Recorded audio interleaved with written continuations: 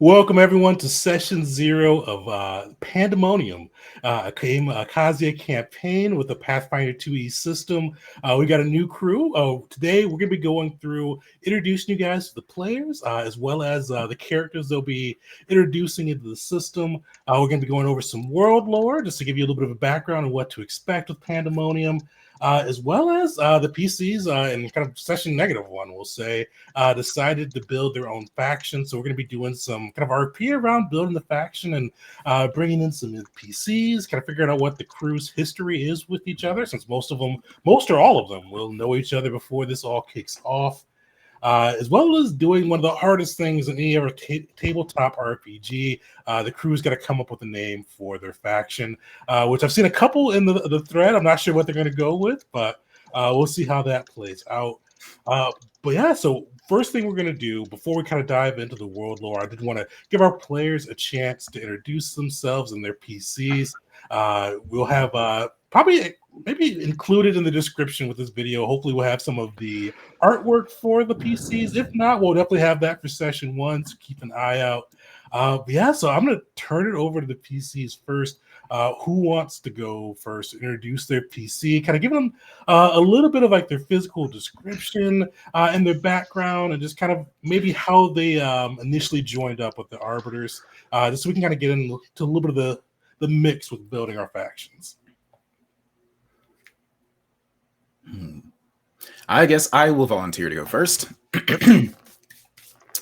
I am going to be playing Will, who is a human Nephilim. Is Asimar still the term, or have they gotten rid of that? I don't know. But here, I think I will read this. Will would never talk about himself this way, but I'm going to read the description in Will's voice just for fun. Will is beautiful. His flawless copper skin contrasts with his bright golden eyes and short golden curls. Occasionally, if his cheekbones catch the sunlight just right, his skin seems to glitter. But maybe that's just your imagination. His simple traveler's clothes and worn boots do nothing to hide the fact that everything about him is golden. Sometimes people say they've seen him arguing with nobody. Sometimes people claim to hear whispers or the sound of distant bells when they get too close to him. Sometimes he seems to get distracted in the middle of a sentence and stare off into space. However, the fact that he always recovers with a charming smile and recovers with a charming smile has convinced at least some people that his heart is golden too. The folks who say they feel a terrifying presence around him are probably just imagining things. Perfect. And what brought this copper skin Will to the Arbiters? That is a good question that I hadn't really thought about. Will is a he feels compelled, let's say, to do good in the world, to fight evildoers, to slay evil everywhere he sees it. And so the life of a traveling handyman was not well suited to the angel ancestor living inside him, trying to force him to destroy the undead and fiends wherever he goes. So he found this organization. I don't know exactly how just yet. I think I will maybe decide that over the course of this session. But when he discovered this group, it's a holy organization devoted to keeping peace in the world, but it's not quite so strict and zealous that Will would feel like a prisoner. So it's a sort of nice compromise between him and his angel ancestor that is constantly yelling at him in his head. Nice. With that too, and I think I know you mentioned there at Asimar. Did you mention your class and dedication, or the class and then our free archetype? I did not. Okay. I promise I won't be eating tater tots at the beginning of every session. His class is psychic, and his dedication is sorcerer, specifically angelkin. Perfect. And for the viewers, we decided to do one of probably the most common Pathfinder variant. We are doing the free archetype. A little bit of a twist on it, though. Usually, you only get your free archetype at level 2. With how much cool stuff came with the archetype, that's kind of like baked into backstories and flavor. I kind of wanted to mix it up and gave it to at level 1. Sweet. So we got our first. And did you mention the angel's name, or do you want to mention the angel's name? I suppose our friends here would probably know the name of the angel is Rashanael. They probably would have learned that over the course of our travels together. Perfect. So we've got Will. It is Angel Rashanael. Did I get it right? Rashanael, yes. Rashanael. Perfect. Who wants to go next? I can go next. So I'm playing Wisteria Hringdotir. She's of slight build for a half-orc, but her dark hair is done up in a small ponytail with a few loose bangs unable to be tamed. She wears black scholastic robes over leather armor and has at least 3 books hanging from her belt for easy access, not to mention a half dozen others in her pack. She wouldn't look like much of a threat except for the large crossbow slung up across her back and the dagger strapped to her thigh. Her eyes, when not in a book, are always moving quickly, scanning her surroundings for details and information that might be of use to her. Wisteria writes down everything, always looking for ways to use the facts and knowledge she's gathered to her advantage. Whether it's identifying monster weak points or blackmailing noblemen, her mind is her sharpest weapon. And I have a bit of work in progress art I'll send to y'all. You want to check that out, but I'm eager to see the final product. Ooh. Nice. Perfect. And what brought Wisteria to the Arbiters? So she spent most of her life growing up in Mokulin. Am I saying that right? No, that's right. Exactly. And being raised by her human father, who's a professor at the academy there. But her mother comes from the Reavers of Tau, which is a band of orcs that raid all across the world. And so kind of she's struggling between those 2 different identities. And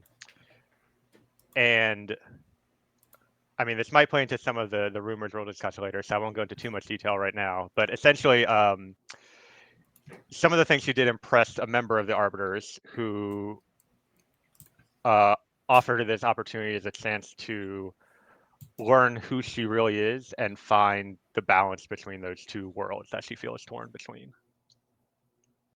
Nice. And then I think you mentioned it, but one more time, what's your class and archetype? Yes, so I'm a rogue mastermind with the investigator dedication. And a crazy number of skills. I'm glad you posted that walkthrough because me and I was like, I looked at your sheet, Walt. I'm like, I was going to have to talk to this. This seems like way too many skills and lore. Yeah, I built it out. I built it out in Pathfinder or Path Builder, and I'm like, wait, is this right? And then I went and double checked. I'm like, okay, no, I see where it's all coming from now. Yeah, so I have 21 skill trainings at level 1. Truly unhinged. Yeah, you were the first one in there, and I looked at it. I'm like, this seems like a lot. I was gonna wait to ask you about it, but then you posted the breakdown. I'm like, yeah, this all checks out. Perfect. So we've got Wisteria as well. Who wants to go next? I'll go next. All right. So next up to bat is Belric Stoneheart. Belric is a Dwarven Ranger and a Beastmaster archetype. He's a stout and relatively young, and we'll say naive dwarf. He's got a large, burly beard, as most dwarves do. He wears kind of tattered leather makeup, not too many materialistic goods on him. He wields an elven bow. It's a long bow to him. He inherited it from an elf. It was a short bow for that particular elf. But outside of that, I mean, I think the way that I would describe him is almost, he's not a hippie, but he's anti-establishment. So he's one of those folks where I don't think he knows quite yet what his motivators are, but he knows what they're not. right? He's kind of he's against things like greed, money, politics, and really he's just looking to find his way in the world. So that's kind of how he made his way to the Arbiters. He grew up in the southeast region of Kazia, which would be the Doza Federation. A lot of mining and everything, manual labor. He got out of that and just really went to explore. Fell in love with nature and animals, and he's just kind of trying to. He's kind of on a journey to figure out who he is. Like I almost look at think of like a on the road Jack Kerouac sort of thing, where he's just like, I'm in it for the adventure right now. Um, and that's Belric, Dwarven Ranger, Beastmaster. Perfect. And with that too, so I don't know if you have a name for your beast yet, but tell us about the bear. Like, how'd you get the bear? Ooh, I haven't thought all that out yet. I'm sure it would have happened in Fessia, where he kind of learned to become a ranger. He went there for adventure and really didn't know his way. He met up with a group of rangers. That's where he got the bow and kind of learned some of the trades of being a ranger, being one with nature, that sort of thing. And in so found an animal companion. It was a small black bear. Name TBD. All right, perfect. Yeah. Sweet. So we got Belric as well. Who wants to go next? Oh, I can go next. All right. Agnijit is a muscular human man looking to be in his mid-20s. He has a dark wheatish complexion, let's call it like whole wheatish complexion, and a skinny mustache and goatee. Within the Arbiters, he frequently walks around in what looks to be like hand-me-down chainmail armor and shield, but he polishes them daily as much as he can. He is trained as a war priest cleric of Nar, the shaper god of fire. And yet he really enjoys being the quartermaster of the group and taking care of the logistics, because he has the patience from all of his meditation and training that maybe some of the other group members might lack. He enjoys sparring quite a bit, and he joined the Arbiters as a recommendation from his mentor, Melissa. All of the monks from the Burning Dragon Monastery have to eventually go on the pilgrimage of the realm to contribute to the realm, but also to learn of the realities of the world. And so on his pilgrimage of the realm, he was directed towards the Arbiters, and now he's a part of them. Perfect. I think you mentioned most of them, but what was your class? I know you're the war priest. Yes. What was your dedication? Yeah, so he's a war priest cleric class, and he has the wrestler dedication. Nice. So I find this Very interested in that's seeing how pretty that's going to interesting play with out. that build too. I saw you got some of the Armard stuff and the Titan with the wrestler. You get the Titan. What's a Titan Wrangler or Titan Wrestler? Yeah, Titan wrestler. I thought you got some fun things playing with that. Perfect. And last but not least, we've got Mockery. You're on mute, Berg. All right, so Mockery is a null, despite what some people may try and guess different. He is a slightly twisted-looking individual, a null Nephilim, specifically because they changed Tiefling to Nephilim. If it could be Tiefling, I would have chosen that. And for the world of Kazia, they will still be Tiefling and Asimar. Use a Nephilim block, just because we don't want to use the weird foundry stuff. You have to go out of that. But yeah, there's still Tiefling and Asimar for the world. So go for it. All right, so Mockery is a null tiefling with many different warpings and distortions on his body. Mutations, some would call it. Boons, he calls them.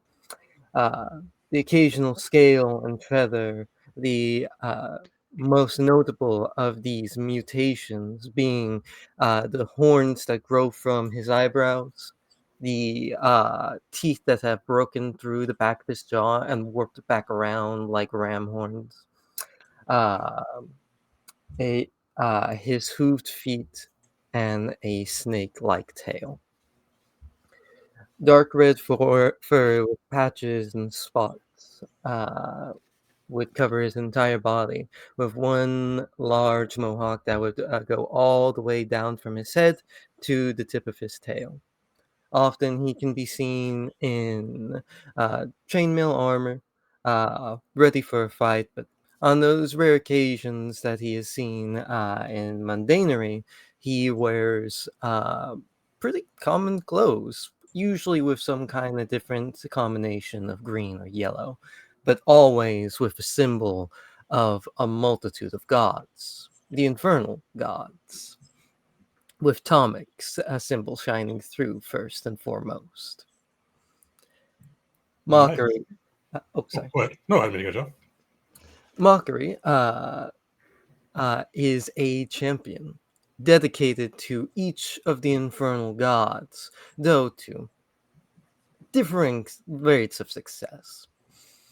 He is one who is very big on allowing people to either fight their own battles or giving people what they can so they can fight their own battles, to accept whatever conflict is to come and fight through it.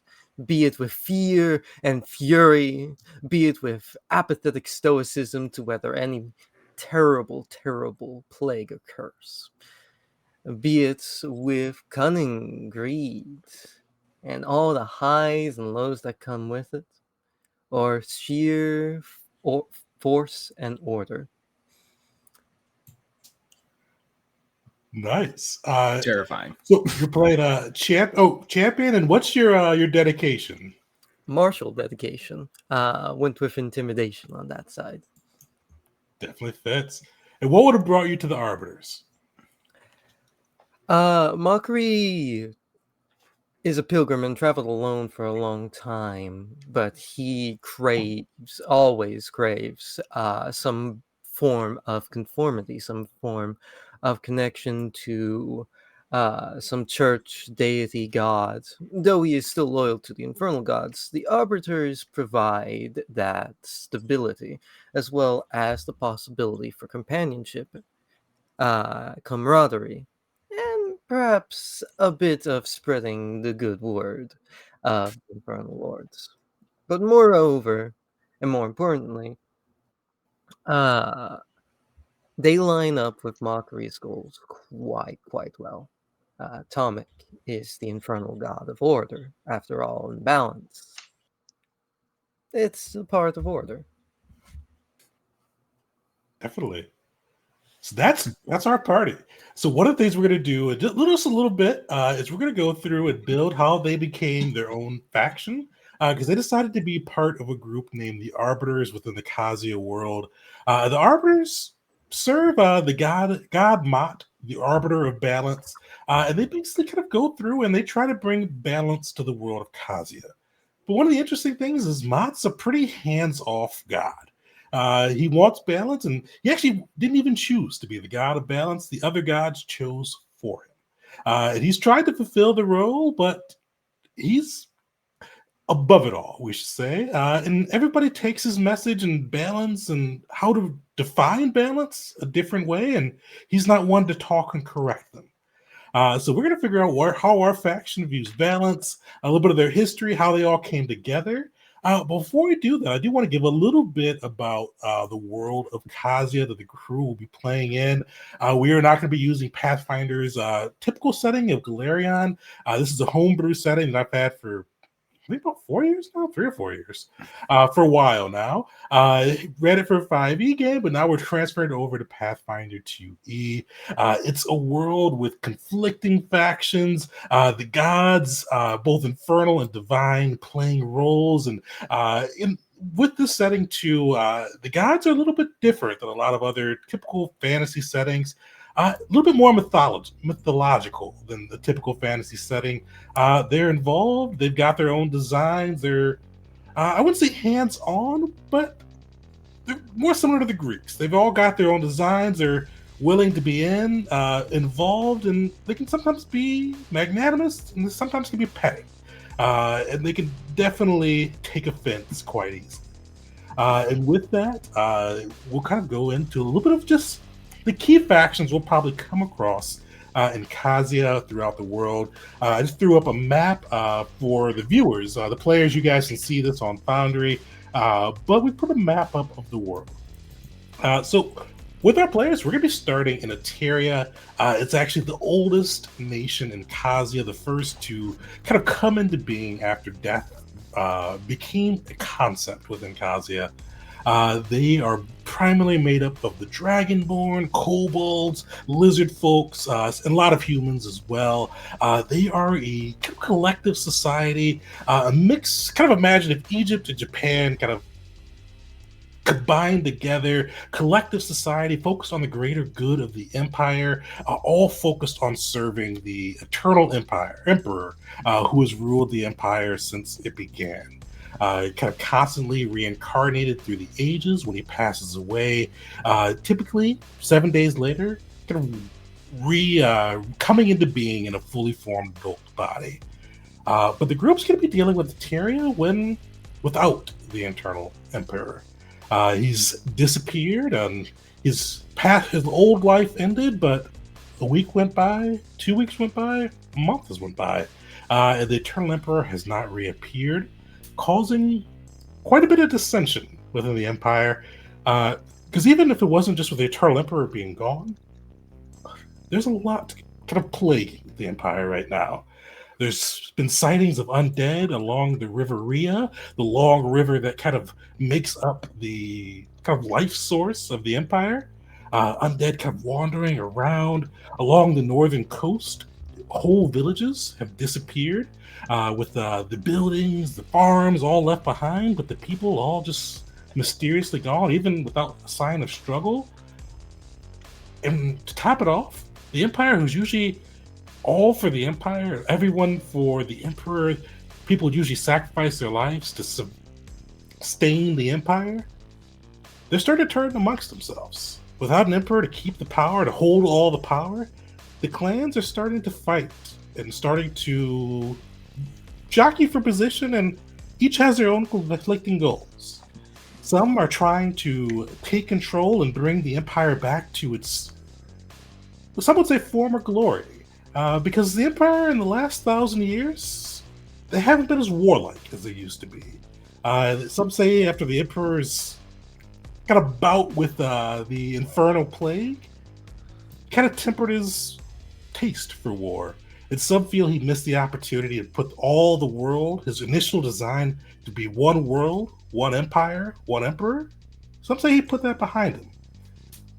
And they feel that the Eteria is tarnished for it. So there's factions all brewing, all kind of fighting for supremacy, some trying to honor the former emperor's wishes, some trying to take control and bring the empire back to what they perceive as the former glory. And our PCs are going to be kind of thrown into the midst of that, trying to figure out why are the undead along the River Rhea, where are those missing villagers gone, and maybe eventually what's happened to the emperor. Because he's been blessed with not eternal life per se, because he dies. He lives a mortal life and dies, but he's been blessed with true reincarnation to be able to come back, retain his abilities, his skills, his memories, most importantly, and rule the empire. And without a steady hand, chaos has pervaded. So I'll pause there for Terry. That's where we're going to be starting off. I know we've got, for those, I may share it with the YouTube crew once I edit and clean it up a little bit. We got a little campaign website.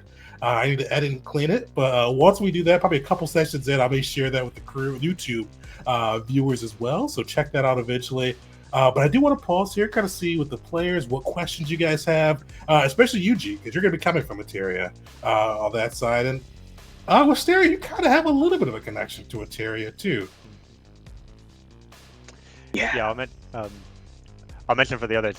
My father is originally from Silga in Eteria, and he moved to Mokoin before I was born. And also, my closest friend is a kobold from Kado, who also grew up in Mokoin with me, but has relatives there as well.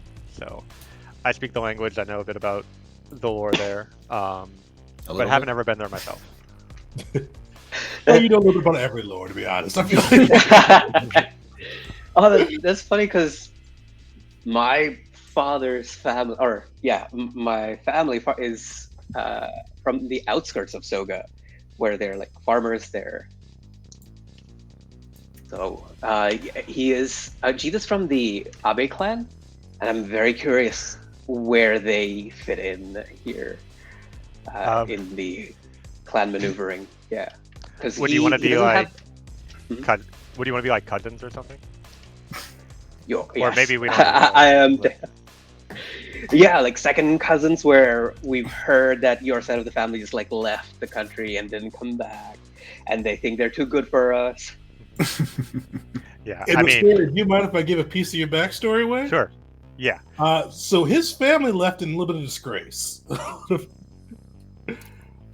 So his father, he's very wealthy, but his wealth, especially in a place like Eteria, where it's all kind of about the collective, all about the empire, he kind of screwed over the empire a little bit, and that's he. And Wisteria, correct me if I'm wrong. It sounds like he fled more than left. Yeah. I mean, he saw some opportunities to benefit himself and took them, and they involved leaving the empire. But everything else you said is pretty spot on. Sweet. So we'll get into that a little bit more later. So it sounds like you guys may be cousins. Kind of flesh that out, especially with the faction piece there. Yeah, so Teria is where we'll be kicking it off. A lot of desert. It's really kind of think of Egypt and Japan kind of mixed together. A lot of desert with the River Ria kind of just supplying the water, the life source, with very collective society, honor focused, combat focused. With the Dragonborn, the Kobolds, the Lizard Folks, and humans, kind of all coordinating together to kind of serve the Empire's interests. Oh, and I forgot who mentioned what the Abe clan was doing in this conflict. They are definitely backing kind of the more warlike interests, the ones that are that are trying to get the Empire back to being a little bit more conquest oriented. Because the Abe clan, they're traders. They are not, and traders in the sense they're merchants, I should say. They like to trade. They like to bring kind of goods and value. And what sparks trade? Like a good war. So definitely kind of where they're leading so far. Nice. This feeds in nicely to Jeet's desire to see more order in the world. He's not very warlike, but order, yeah, he likes. Yep. Now, I heard that you are a cleric of Nar, and I'm seeing on the map a pretty spooky looking place called Nar's Inferno. Yep. What that about? What be that? What is that? You know what? Wait till the rumors start flowing, and then maybe a connection will show up there. And one thing I will say is all of so also for the viewers, Kazia has initially three, but now 4 levels of god or divinity or deities, we'll say. So there's the elder gods who kind of form concepts. So think time, life, death, thought, magic. There's the shaper gods, which Nar is a part of, who shaped and build the world of Kazia. The shaper gods all put their mark on the world. So Nar has an Inferno. Hikari has the Citadel of the Lightbringer. They all have something that kind of ties them to the world to show that they honor themselves and show that they built it, pretty much. So that's definitely kind of how Nar fits in. After that, we've got the spectral gods who used to. So these aren't true gods. They used to be mortals, but either through some great skill, something they did that just kind of earned the gods' attention, they were elevated to godhood. So they have their own kind of divinity, kind of separate from the true gods. And then most recent to the fray with Kazia, we've got the infernal gods. They were created by Issei, the god of life, and started a whole invasion, which was our last campaign, where Issei tried to pretty much supplant the other gods and trap them away and give the world to his demons and pretty much start over with a whole new world he was using soul magic to build. Because he did not like that mortals got free will. He thought that was the biggest failure of Kazia, so he went and tried to start anew and pretty much give the world to hell. But the old heroes were able to stop him, and the world continued anew. I have a question about the setting. Yeah. These gods are less sort of separated divine beings from the world. Do they, or do any of them, just live in the world, like with physical bodies, or are they kind of like living in their own realm? So it kind of depends god by god. So the elder gods, they're the most aloof. Most of them don't really involve themselves too much with the politics of the world. They usually stay in their own realm. So they're very rarely in the world, and if they are in the world, they usually kind of come in their true kind of divine power, if that makes sense. The spectral gods, they're mortals, or they used to be mortals, I should say. So they usually do live within the world. They each have like different sections of Evacera, which is kind of the realm of the gods, or they have like their own little niches within there, but they don't have their own individual realms. So they're either in kind of the realm of the gods, or they're in the mortal realm, kind of either living it up or kind of causing their own plans and plots. The Shapers are a mixture. Some of them like to stay in Kazia. One of the ones that's probably in Kazia the most, Sanda, the god of thunder. He likes mortals. He likes to fight with mortals, kind of tell great tales. He's pretty prolific in other ways as well. He has a lot of children with mortals, we'll say. So he hangs out in the mortal realm pretty often. Prolific is a good word for that. All right, good to know. Sweet.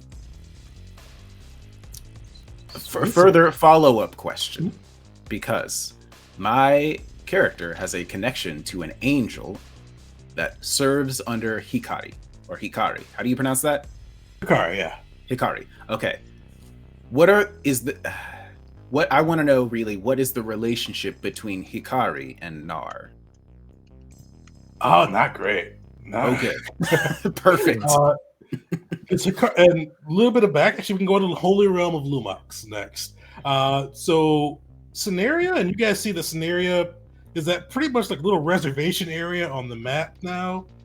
They used to control most of what used to be one continent between Codinia, between what is the Etarian Empire and what now Codinia controls, and as well as Mechas controls.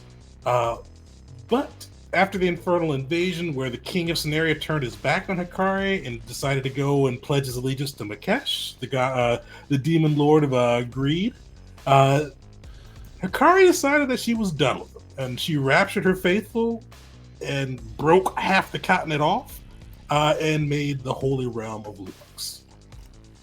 So before they broke off, Scenaria and Eteria were at war for literally thousands of years. So while she's no longer with Eteria, or no longer with Scenaria, Hikari and Nar have warred each other for a while. They really don't care for each other.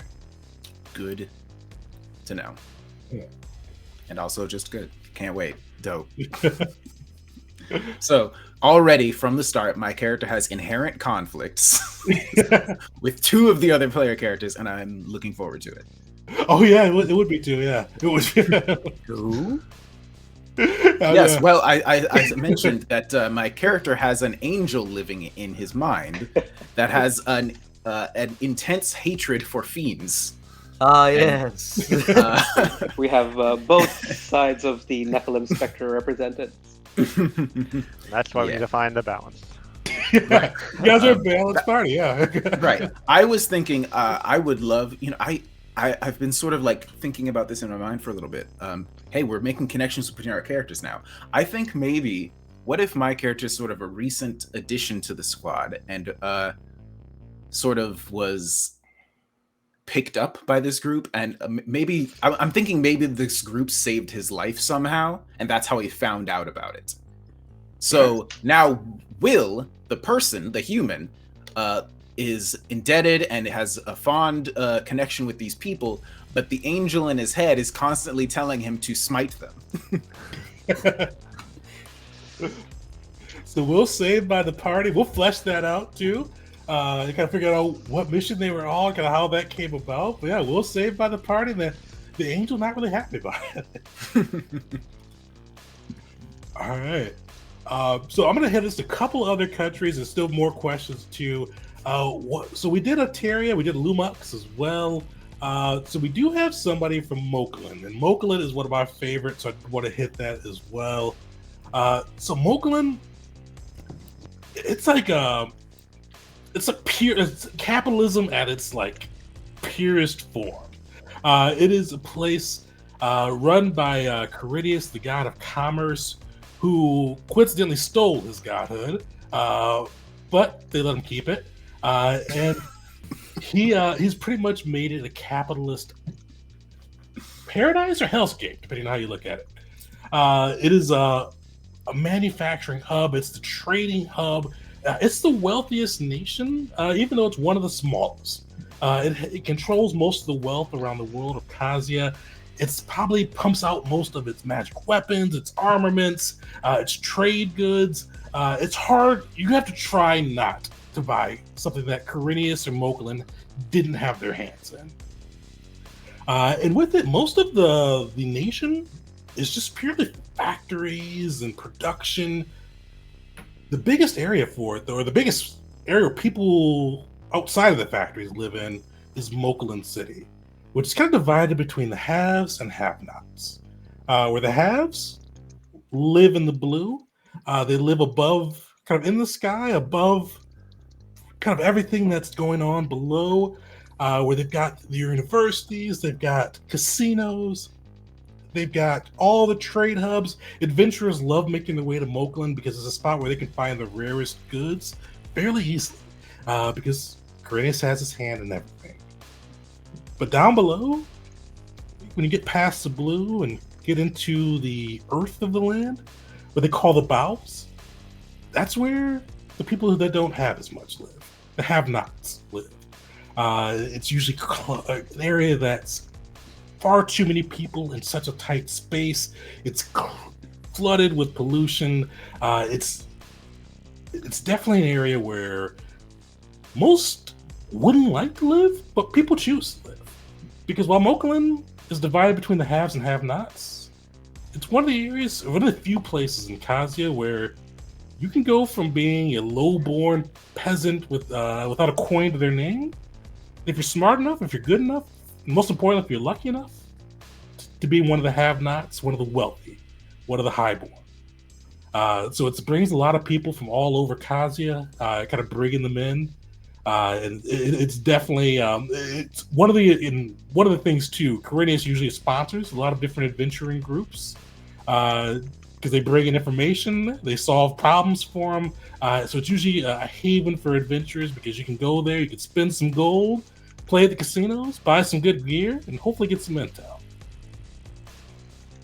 And one of our players is from there, Wisteria. So I'll pause and see if anybody has any questions, but definitely Wisteria on that side. Yeah, I mean, we've talked about it a bit before, so I feel like I got a pretty good sense of the place. And Wisteria definitely has some opinions about how everything there is organized and run, but yeah. I noticed you said that those who are powerful, wealthy, and whatnot, you said they live in the blue. Is that what you said? Yeah. So in the city, are we talking like a city in the clouds kind of situation? Exactly. Right. So because Moklin City is divided 2 levels.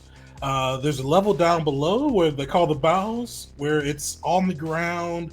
Because Moklin is it's a factory nation, pretty much. It's churning out kind of thing. It's this in the world right now is kind of getting close to their industrial revolution. They are pumping out goods, all of that. They're kind of getting more mechanized, and they are burning coal. They are burning pollutants, and that's kind of what the bowels is.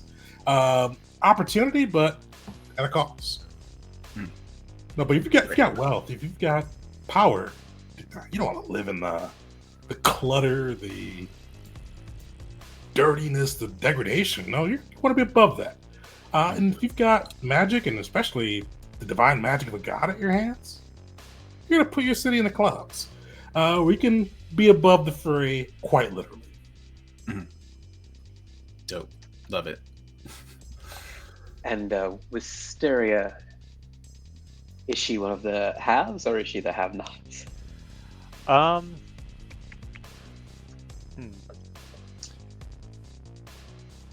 Trying to think like how much she would. I guess if we've been traveling together a little bit, like she's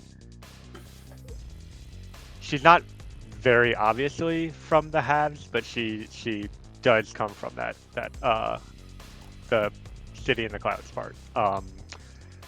If you've ever met her father, he's a professor at the academy and is very much enjoying the wealth and luxury there. And she's kind of the opinion that like, you know, she has all these things and is like used to it, and so she kind of looks for more adventure in other places. She's like, oh yeah, like, you know, living in a mansion, like that's normal, but I want to go like check out other places and things like that. So she, you know, certainly people might be put off because she's used to luxury and wealth, but that's not really what she's interested in. Dope.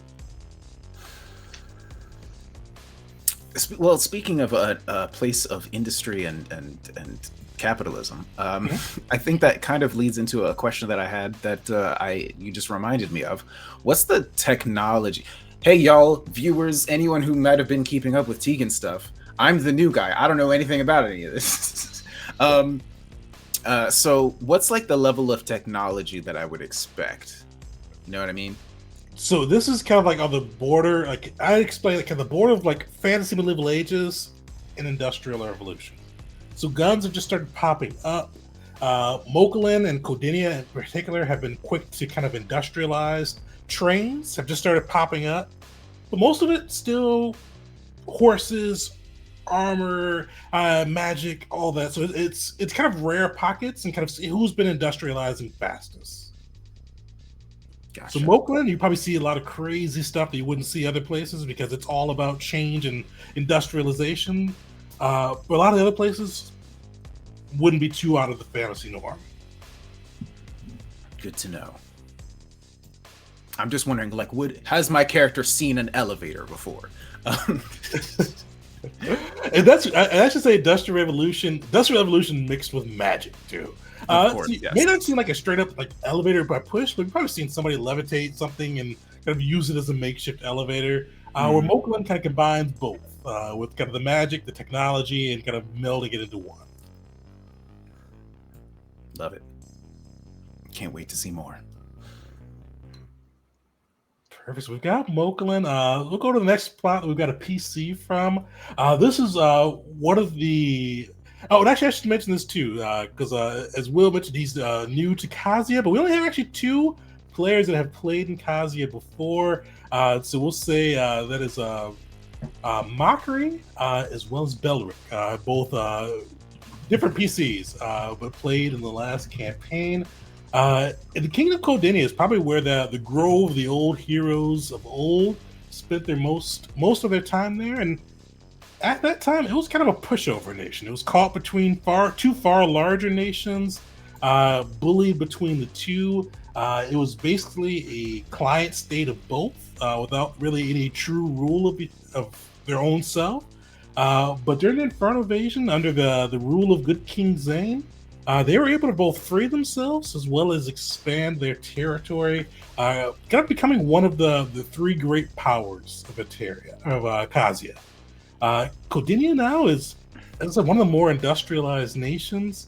They have a very strong trade and kind of overall partnership with Mokulin, kind of buying a lot of their goods and utilizing a lot of their technologies, being the first adapters. It's under the rule of a new queen, Queen Zaina. And she's everybody has a different word for her, but all know that she's hungry. She's tired of being one of the 3 great powers. She wants to be the great power. With the industrialization, Ateria and chaos, Missia kind of across the world, she thinks this could be her time to bring Codinia and kind of make it the great power of the world. And we've got Mockery is from Codinia. What part of Codinia? I didn't ask you that. What part of Codinia did Mockery grow up in? Probably the main city of Vesinon. All right. Probably in the slums of there. And for viewers and those who are new to the campaign, Codinia, actually, this is a perfect divider. Where you see the Kingdom of Codinia line kind of over here, that used to be everything that Codinia was. It used to be kind of in between the wall of Eteria and the Kingdom of Codinia thing. It used to really be this small speck on the map before they expanded. It took over what used to be a lot of Scenaria and then Mechas. But yeah, so that's Codinia. We'll do one last. I think we got everybody. One more. So yeah, we got one player. Well, actually, with Belric, Docent Federation, or would he be more tied to Fessia? He would have grown up in the Dozen Federation, and because of the Dozen Federation being like a industrious, he came from, I would say, like lower income, a lot of dwarves in mines, and his father actually, like my backstory has like his father had like fallen ill to some ailments from working so hard, and he's like, and he passed away. So like he.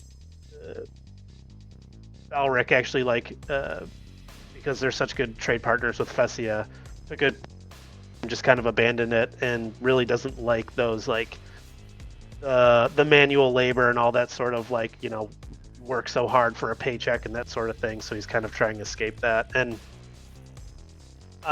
just knowing what I know kind of about the history, I'm sure you'll get into it, but I'll also have probably an interesting dynamic with Mockery, because the Dozen Federation has a strong hatred for the Infernals, because the Infernals destroyed some of Ada, some of the Dwarven lands down there in the past. So just the big old crater with the chaos of seal. Yeah. Yeah, so it's going to be an interesting dynamic all around, I think. I want to say I have no problem with Fiends, and I'm happy to be Mockery's only friend. That's the thing. I think my character likes Mockery, but like I said, it just has a little voice in his head constantly telling him that he must be destroyed. That's a good point on that side. So yeah, the dwarves, they probably have the strongest hatred of fiends out of any, in dwarves and the Docent Federation, out of any of the nations, the peoples of Kazia, because they were done the most wrong in the Infernal Invasion. And historians debate on whose fault this was. Some say the Grove should have went and dealt with this themselves. Some blame the fiends. Some blame the hands of Issei. Some blame even the hands of Thana. But what all agree, it was pretty much a clusterfuck, because everybody went there except the Grove. And wait, no. Oh yeah, one member of the Grove went. Big Hat, a kobold member of the Grove, did make his way there and was a golden statue for quite a bit of time afterwards. But what happened with the Docent Federation, with all those forces, the demons, the hands all colliding over this mystical weapon that the demons and infernal beings were building, basically caused the infernal weapon to explode, decimating the kingdom of Ada, completely destroying it both above ground and below ground, wiping out an entire dwarven civilization. And the dwarves have never forgotten. Before, there used to be 5 kingdoms of the dwarves. Now there's only 4. And the dwarves have a long memory. The dwarves, typically in the Docent Federation, they stay out of a lot of conflict. They prefer to perfect their crafts and trade and build goods and build things that they can be proud of.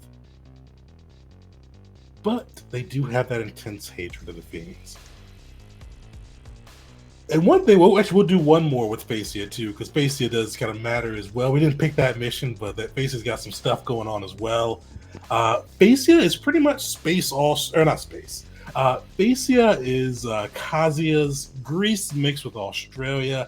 It used to be the home to Tishera, the mother of monsters, and it is crawling with monsters, giants, beasts, all types of manners of creatures that made the lands hard to subdue. They used to be the free cities of Phasia, kind of all banded on their own, doing whatever they would like.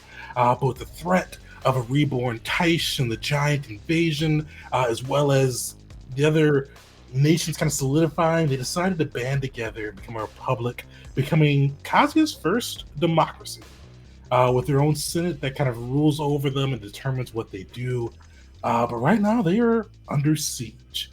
Taish, the giant kings, literally drug the island of Taish, which has been sent to the bottom of the seas by Sanda, the god of thunder. They drug it back up from the bottom of the seas, reclaimed it as their own, and for period peace prevailed. But then they banded the giants together. They banded the monsters, the beasts, all of Taishera's children, and began to lay siege to the Republic of Phasia.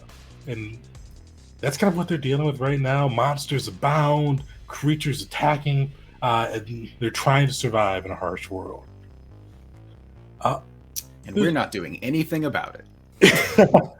And for viewers, I think 5 different missions that the crew could do. They're going to be focused in Eteria, but you'll definitely hear more about what's going on in Phasia. There's some stuff going on in Dosen, Cordinia, and Mechas too.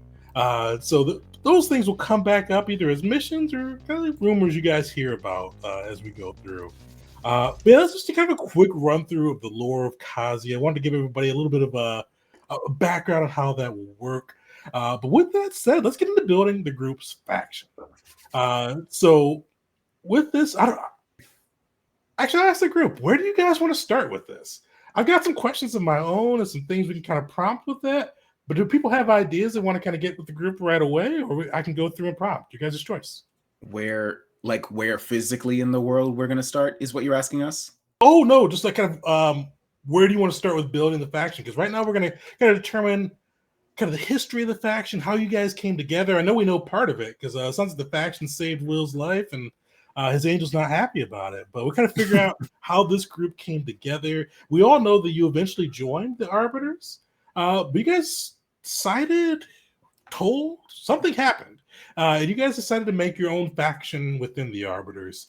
Kind of deciding what missions, what jobs you'll take, kind of how the group will be composed. You guys decided all of that. Either as a group or somebody with a vision. I don't know how you all want to go through that. So Actually, I think unless you guys have a starting point, I've got another one. But Burger, go ahead. I cut you off. Do we want it to be that we all came together around the same time, or slowly as individuals came together? That's up to you guys. Yeah. That's what I'm asking. I imagine that. Oh, sorry, Andrew, yours. Oh no, go ahead. I imagine that Agnisheet at least was part of the Arbiters for a while, and then maybe there was some there was some dissatisfaction and disagreement with how others were doing things, and so I can see him getting along really well with looking at the name Belric or Elric. Belric, yep. Belric, right? Yeah. With Belric and possibly like Visteria and then Mockery through Visteria. And then eventually maybe like we realize that, hey, enough of us have enough in common that we don't want to be bossed around by the others anymore. Like we've paid our dues. Let's try and get some sense of agency in this. That's where I'm coming from. I like that. Yeah, I like that. So, Tegan, you told us a little bit about the Arbiters. Is there any other? I mean, so we know that they're a faction. They're kind of spread around the world. They don't have any home base, and they serve Mott in bringing balance and order to the world. But obviously, that takes lots of different interpretations. Is there any other like relevant history to them, or particular notable individuals, or anything like that, or is that still kind of just up to us to fill in those details as we need them? With the Arbiters, so They became more prominent after the kind of the infernal invasion 1,000 years ago. There were a few of them around before, but there really wasn't many of them. But after the chaos and just complete disruption that the infernal invasion brought, many people many people pledged themselves to mock kind of forming different factions of the Arbiters. There is a High Arbiter. Kind of debated if he is the High Arbiter though, because his faction claims his faction's the largest, but not all the factions recognize him. We'll see if you guys recognize him or not either. But his name is Varen Bulkin. He is a Warforged, Warforged Asimar, and kind of just Warforged with that divine kind of spark put into him. And he is kind of built and maintained the largest faction of the Arbiters. And he's kind of set forth his own vision of balance. And some agree with it. Some say it could be a little bit draconian. But he set the Arbiters out, and they've been going through this vision, and he's been gaining more and more followers. Interesting. Now, I've sort of imagined that our sort of goal as a group is to locate Ater in order to sort of reestablish the what do you call it? The equilibrium that has been maintained in the Empire of Eteria. Does the High Arbiter want that same thing, do you think? He would, actually. Okay. Because of Eteria without the Emperor is going to go to civil war, and that's far against what he considers a balance. Gotcha. So we, you know what? Maybe we didn't leave the group. We didn't leave them because of that. We left them because of poor workers' conditions. So we weren't getting our weekends off. We weren't getting our proper PTO assigned to us on time. We were we were being told to work through our lunches far too often. It was a mess. And with kind of under the High Arbiter, one of the reasons you guys, and it depends on what the group thinks, one of the reasons you may leave is he's all about order and structure. So you guys are kind of near kind of a more entry level, and he was more, so you got commanded more than collaborated with. You were sent rather than asked, told rather than consulted. Makes sense. Yeah, now we can pick our own missions. Just don't look too closely into the kind of missions we have been doing recently. But this is going to be the good one. Yeah.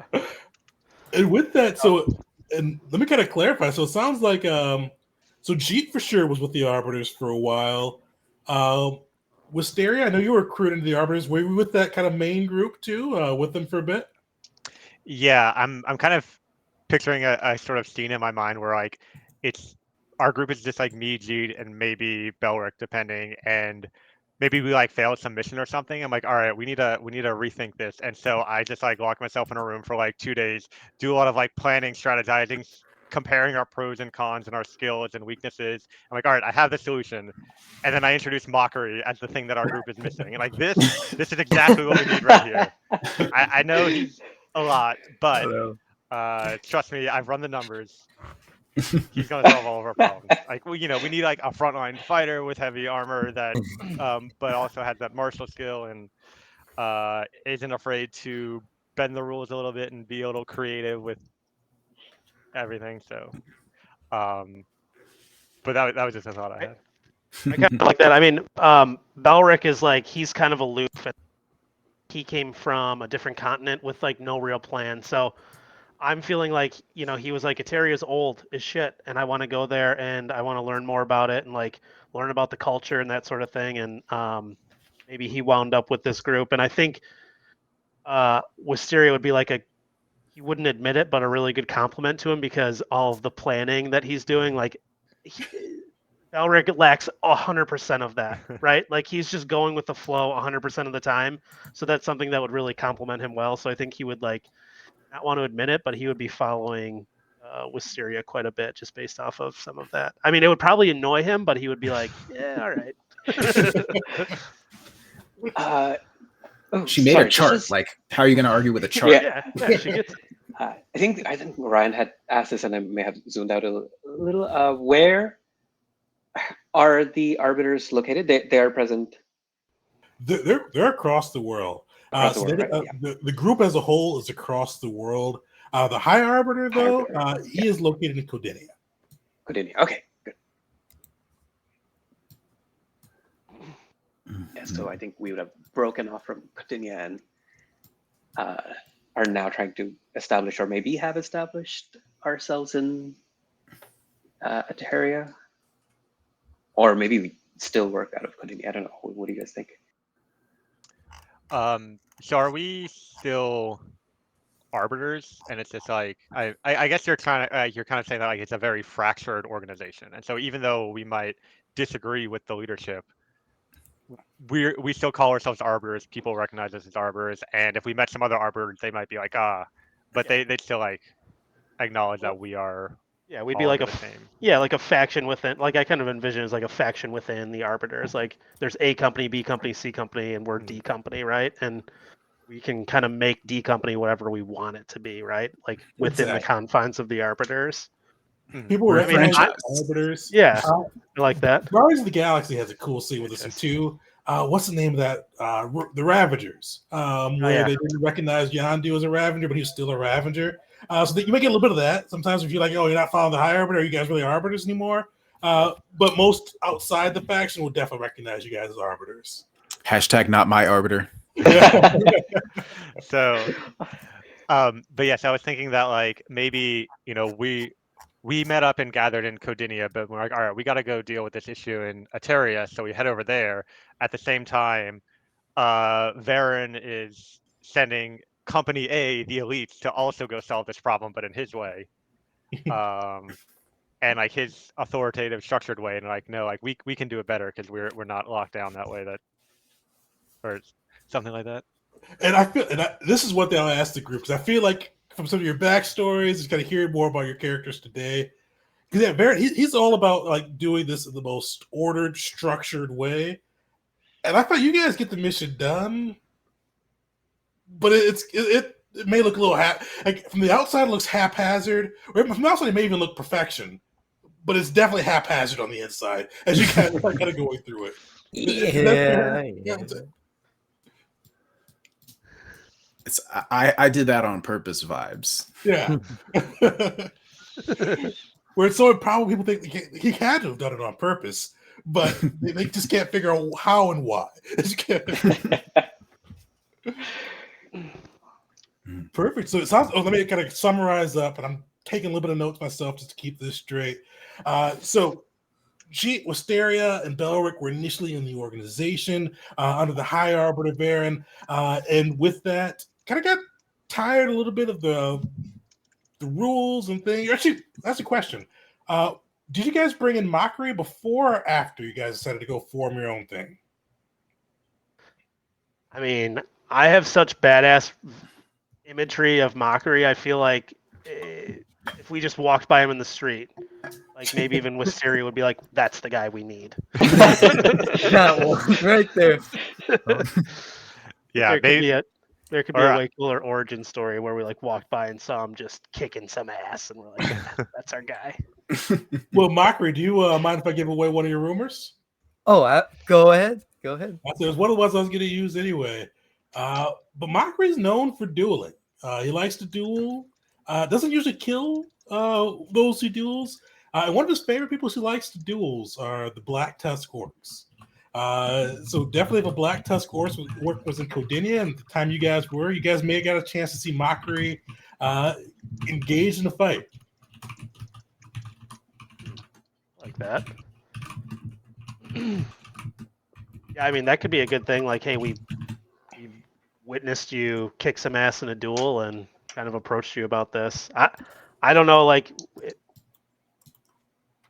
I don't know if like your infernal beliefs would coincide with like Mott in this, but I don't know. Mockery would leap at the chance to travel with someone else for once.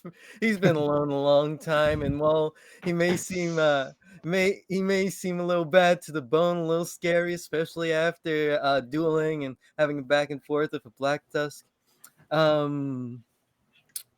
It would be very clear he's more than more than a little desperate for some kind of order, structure, and validation.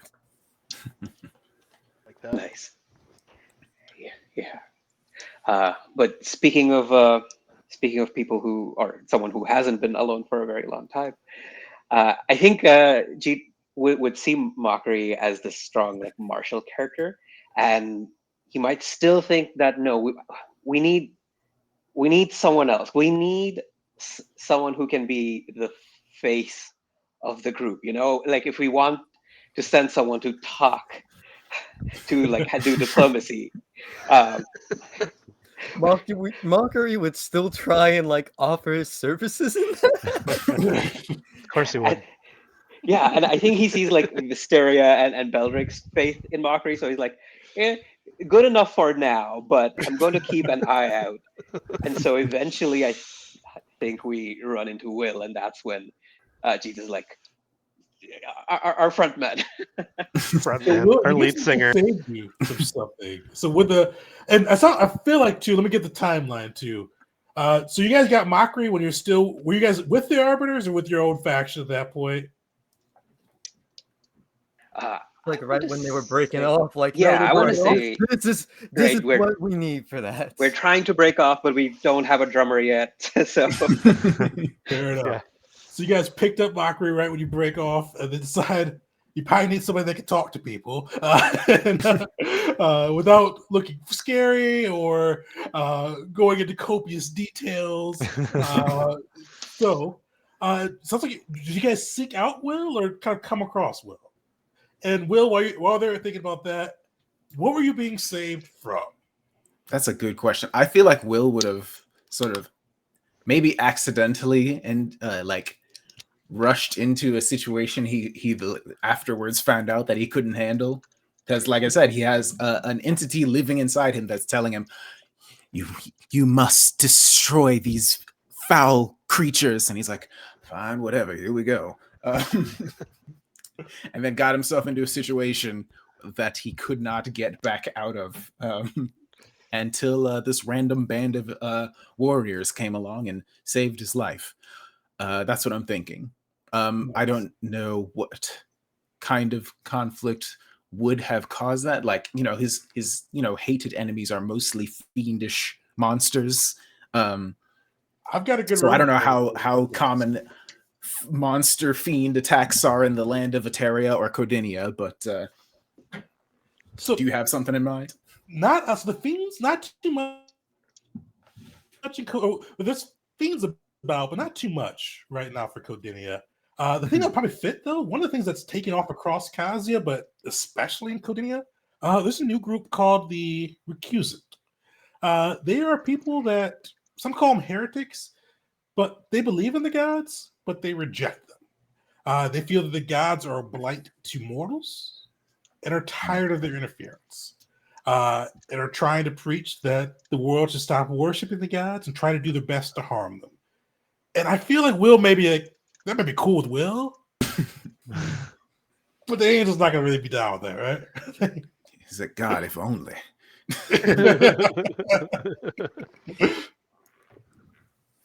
That could work. So I don't know if that would be something Will and the angel would get involved with, but that could be because they're sure that they're works. growing.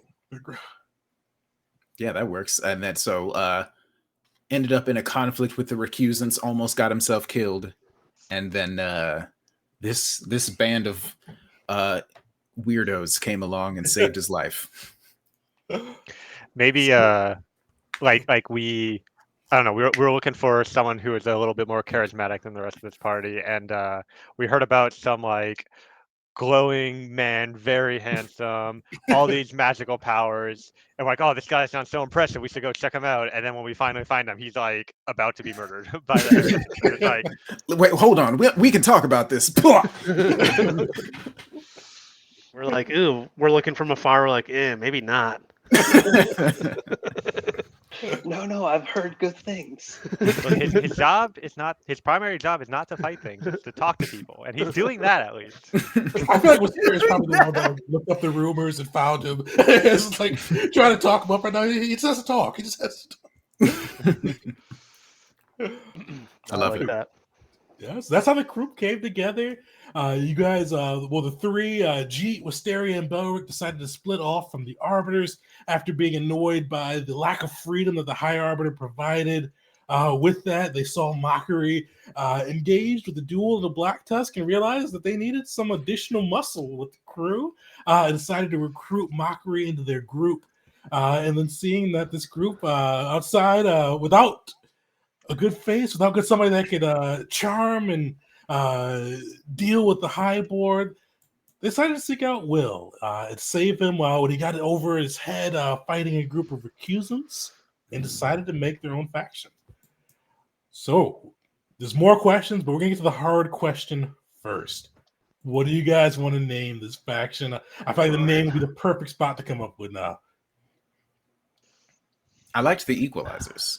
I also like Out of all there were in the chat we were just a bunch of options were presented and looking at those. I liked that one. Let me bring it back up again so I can see the full list one more time. I think that was my favorite too, but this is you guys' decision. I liked the imagery of the gavel. Like, I don't know, just like Yeah, I think about like a gavel of judge and a Evisara. gavel. Like that was pretty good. But yeah, I also the Equalizers was good too. Like Yeah, that yeah, was That was my other short favorite. and sweet. The Yeah, short and Gavel of sweet. Sarah. The gavel one is called the Gavel of Evasara. Who is that? So Evisara is kind of like it's a realm of the gods. So Mott created it.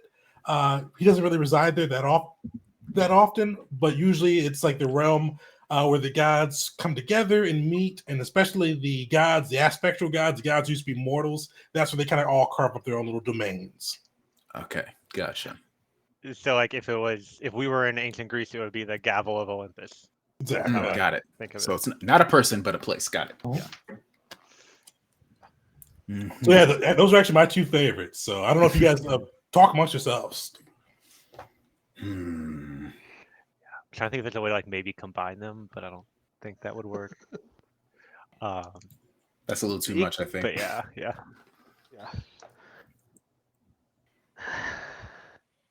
No, it's really the Equalizers does speak to me.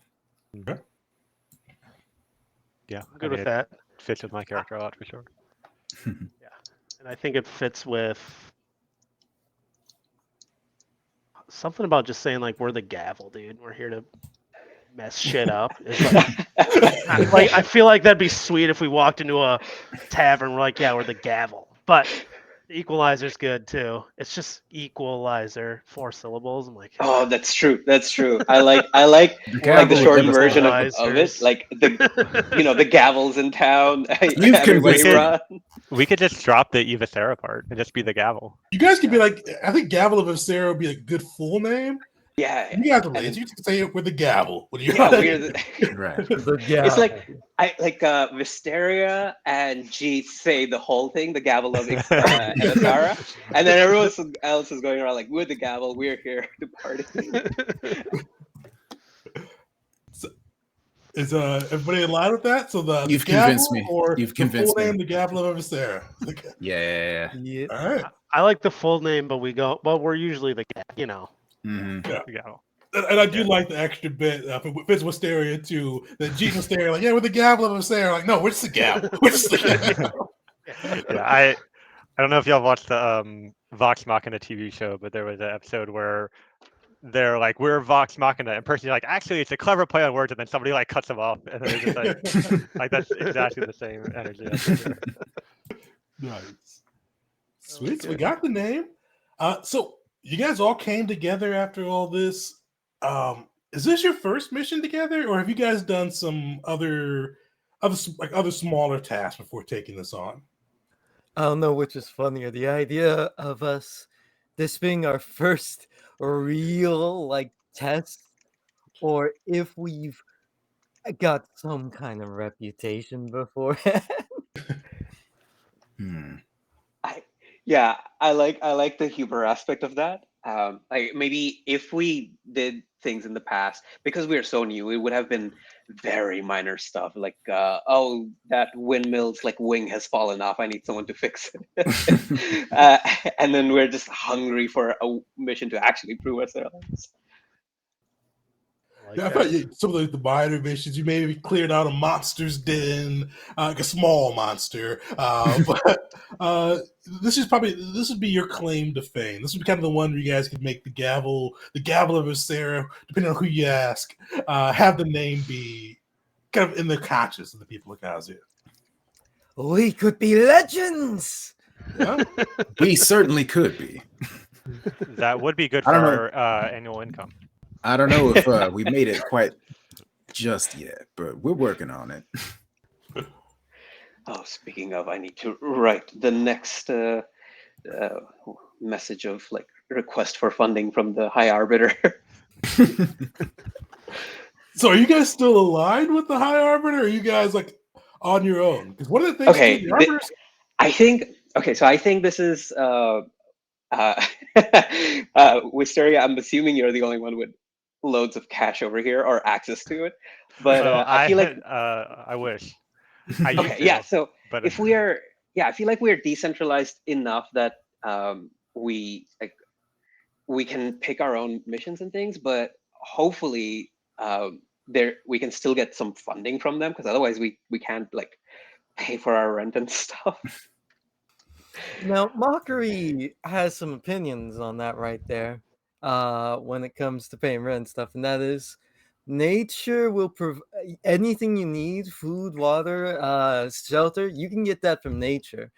Uh, grabbing like rations, paying for that, paying for room and board. He doesn't like that, because if you're going to be paying for something, you better be paying for something very good. You better be treating yourself. So I definitely think he'd be more on the side of us roughing it and Mm. using whatever funds we acquire for more festivities. So that's surviving off the land. That may be one of the areas Belric and Mockery can get together, or can align on that side. That's what I was gonna say. I was like, I hate to agree with you as much as I do, but it's like All we're right, right well, 100% aligned. Like I'm roughing it, dude. that's I feel like you wonderful guys and all, go but to I am town. gonna get a bed. Will's gonna be like in a high class room. Mockery and Belric are gonna be throwing two separate tents in the same area, like not interacting with each other, but doing the same exact things, like fishing, hunting, all that, but still Different not fires. talking to each other. Yeah. But sweet. So with that, too, I should say too, the arbiters are all frequently paid for their efforts. So if you guys want to be connected to the High Arbiter and get paid through him, you're definitely able to. But if you guys wanted to be on your own, the pay wouldn't be an issue, is what I want to say. Okay, sorry, go ahead. I think G is in contact like with letters with not the High Arbiter, but someone in Codinia in the Arbiters who wasn't as like rigid, someone who he maybe still liked and who maybe still has some access to stuff. So yeah, we could get like some amount of payment, maybe not as much Well, as the favored factions. And I do Maybe we're like the doing- idea of being part of like an organization rather than just being on our own. You know, maybe we have a contact at the very least. Yeah, no, maybe Yeah. we're doing some of the things that the arbiters don't want to be seen doing, right? Like, Yeah. I don't know. We're part of the organization, but we're not. Wink, wink. Fair. You guys kind of not black, maybe the gray ops of the organization. Like you guys are the gavel. We're on you're the arbiters, books, but you're not really arbiters. You know what I mean? yeah. We're on the books, but they don't recognize that if they can not recognize that. Yeah, so I kind of have two thoughts in that regard. So first, I do think it'd be really cool if we had an ally who's high up in the arbiters, not as high as the High Arbiter, but like a lieutenant or second in command who's like really does like what we're doing and is like willing to put in a good word for us, even though the High Arbiter doesn't like us.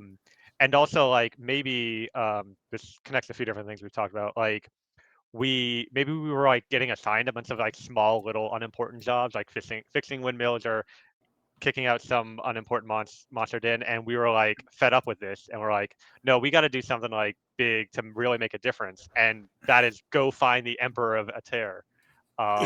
And so we're kind of doing that, even though that's not our job right now, because we want to like get that recognition. And so there's another team going to do it, or something like that. But also like, that's our disagreement with the High Arbiter. That like we want to do more important stuff because we think we're worthy and capable, but he thinks no, y'all are new, y'all can't do anything important or something like that. I like that. So I like that. I do too. I like it. Yeah, same. Yeah, you guys had a mission, but you're like, fuck this with a gavel. We just fixed the windmill, but we're gonna be the ones out of the whole nation to find the Emperor, Ater, and bring balance. No hubris. You guys know you can do it.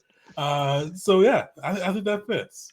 So you mentioned that you want to, so we can come up with that too. So you guys have a contact that's high in the arbiters, and I feel like even before you guys went rogue, Baron, the High Arbiter, he just didn't like you guys probably as much. It just, you're a little bit too not by the books for him. Actually, I'll ask you guys. Do you guys have an idea for the NPC? I've got a couple of ideas for myself, but the NPC that tie up, we'll say he's kind of like in the upper middle management region. So he's kind of like a director, we'll say, with the Arbiters. That he likes you guys. He likes your unorthodox style. And we'll kind of hook you up with intel and kind of make sure he can help you out along the way, even when you're not doing exactly what you're supposed to be. I feel like we need to establish why he likes us, other from the initial, like, we're doing something different. Does he like us because we are truly breaking the mold? Or are we more so entertaining him? Are we lining with something more so that is his own personal goals? That's why he's enjoying us at the moment. Or is it more so he truly sees something in us that reminds him of perhaps some faction and group in the Arbiters that didn't get quite as far, but this time he could make a difference and get us that far? Maybe we don't know. I was going to propose that one. Do you guys really want to know that one, or I can take that one away? No, it's better if we don't know. I think it's better if we don't know. It's better if we don't know. Yeah. So he may have some cynical, I don't think we should know that. Sweet. So we've got the NPC. Do you guys want to name him? I can name him otherwise. So in the backstory that I've written so far, I have like a name and just like race basically for the member of the Arbiters that recruited me. So it could be that person because I don't have very much fleshed out about them. She's a Messian orc named write it down somewhere in here. Spock. Okay. Yeah. I don't remember the last name, but yeah. So I mean, if we needed a name and a face, like that would work. But if you have some other specific character in mind, that works too. Well, I mean, that works for me on that side. I hadn't come up with this NPC before. I've got some ideas, but if you guys want to go with Shabak, the orc from Messia, like it. That could be a contact who either adores the way you guys get things done or has your own motives. Love it. All right. Sweet. So, last two questions. We get to the factions, and we can get to some character relations bit and wrap it up. So with these, we're going to be using like a modified version of Pathfinder 2e's leadership subsystem, I think it's called. The next question is be how'd you modify it? We'll kind of figure that out as we go. But with that, you guys are going to be at stage 0, and you're going to have your own little NPC follower with you too. So with that, it's gonna be a follower. They're not really going to be. They'll be more the kind of the organize things while you're in town, kind of make sure everything's set for you. They're not going to be really following you into the battle. They'll be more administrative, we'll say. I can definitely come up with this guy, but I want to see if you guys have anything interesting that you'd want for the follower. I'll be role playing this person, so kind of whatever you guys think. What's the silliest voice we can force T? I was going to say has to be either a gnome or a kobold. I feel like this individual should, despite our newity to the scene, should already be so tired of us. I feel like it'd be funny, like if this person like was all about the High Arbiter mission, like the True Arbiter's mission, but it's kind of like got swept up with you guys. Like he doesn't know exactly why he's there with you all, but he's there and trying to get like this is by the books, guys.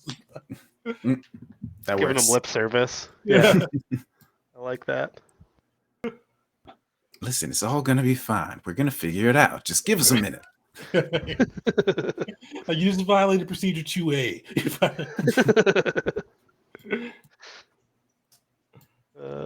That's good. All right. Well, so what I could do, let me just come up with a name for. We'll call him Beshnit. We'll go with the kobold too. You guys, somebody mentioned the kobold. He pretty much carries your bags occasionally. Usually waits in town and tries to gather information for you when he can. Organize places for you to stay when he can't. He's definitely somebody that follows the structure of the arbiter, the high arbiters kind of laid out. He's very helpful to you guys, but definitely one of the ones where if he's not vocalizing what he's thinking when you guys do something that's a little bit off the books, you can kind of see him just shaking his head. Like definitely it's kind of like even like clicking one of his claws against the ground. It is visual annoyance that this is how we do things. This is All right. Like Can't it. wait. Beshnit.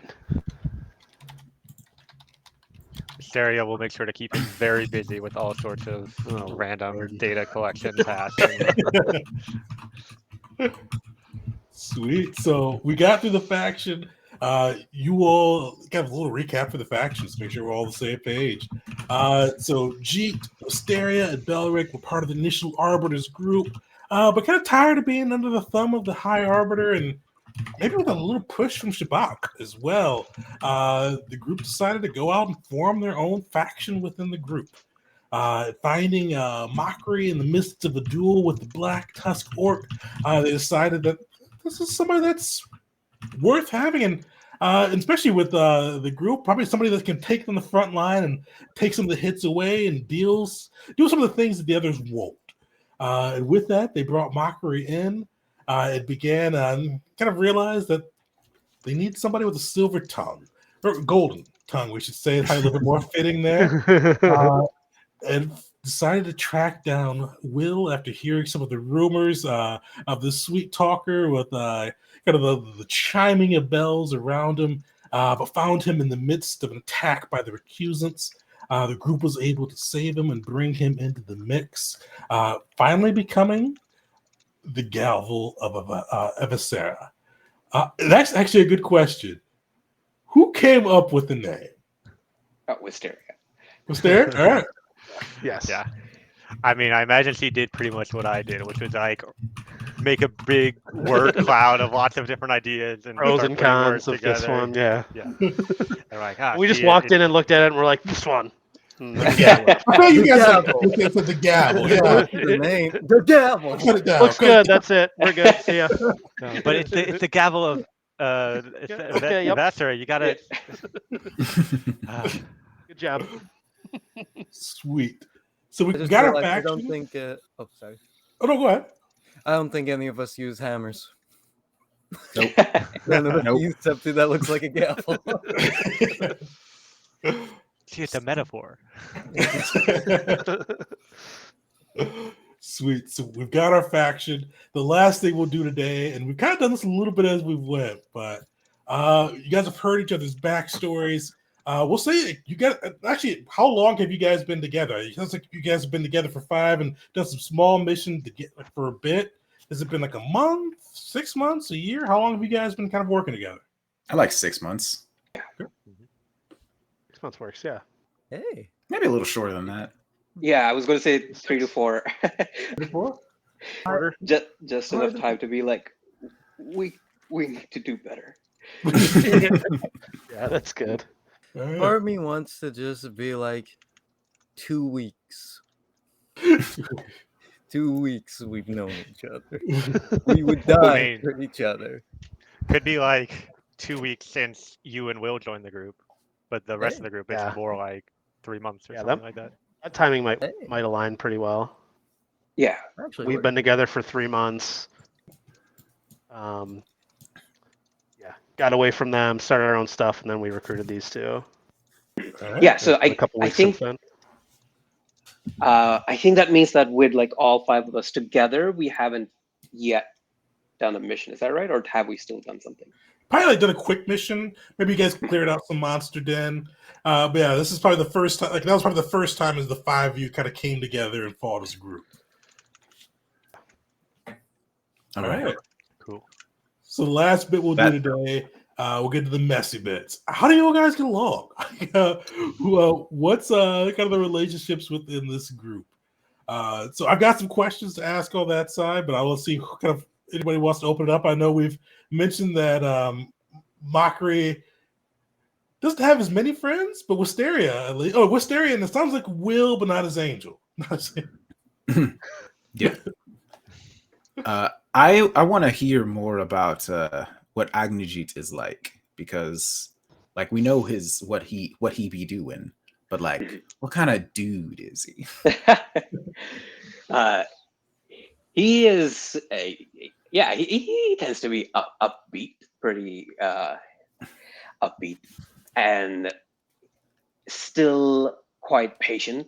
Like if you set him on a task, actually pretty much like all of the tasks that our follower Veshnik does not do, like he will do, whether it's like putting away items or just chopping up vegetables, cutting up meat, whatever is needed, because he's lived for so long in the monastery and gotten used to it.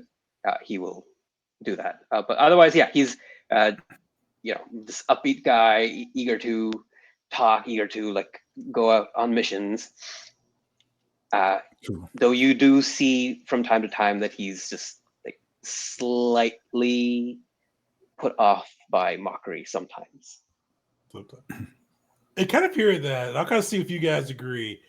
But I kind of feel like Jeet and Wisteria, we'll say the adults of the group, but the planners and the executors of the group. Wisteria planning and Jeet kind of probably being the primary driver of let's get shit done.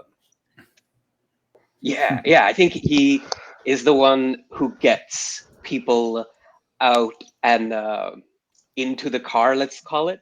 But then, like, once we are in the car, Mockery is like driving us everywhere very recklessly, but he is doing the driving while Wisteria is pointing things out. But yeah, Jeet is the one who's like just gets everyone organized, gives a bit of a pep talk, like, yeah, let's go, let's do this. The logistics person, yeah, from time to time. Okay.